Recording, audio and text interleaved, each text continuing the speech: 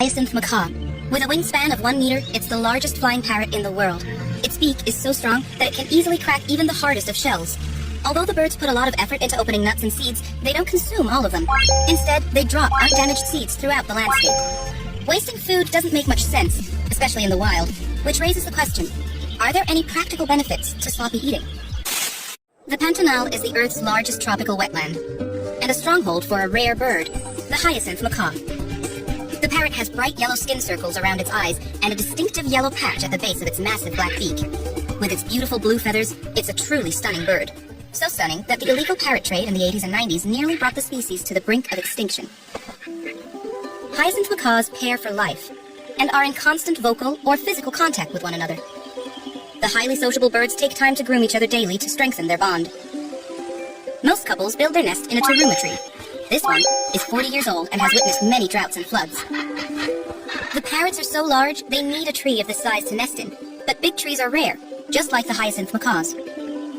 After hatching, the chicks grow quickly on a protein-rich diet. It takes about 100 days for the babies to reach a size that will allow them to leave the nest. Until then, their parents have to bring them palm seeds to eat.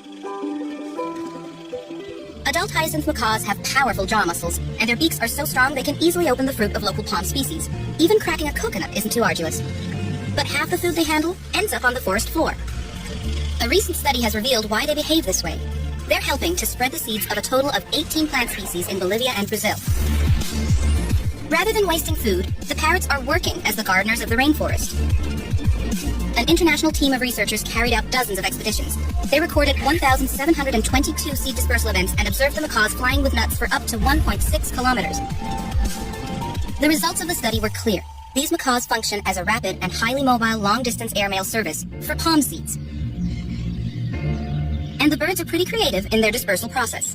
Large cactus fruit are carried with their feet, while they hold smaller bunches in their beaks. The parrots have also developed different kinds of seed distribution. They might pick fruit from its mother plant and move it to another location, or they collect palm seeds that have been regurgitated by cattle and goats and leave them elsewhere. The macaws do an important job, and the palms depend on them to maintain gene flow between isolated groups and to regenerate.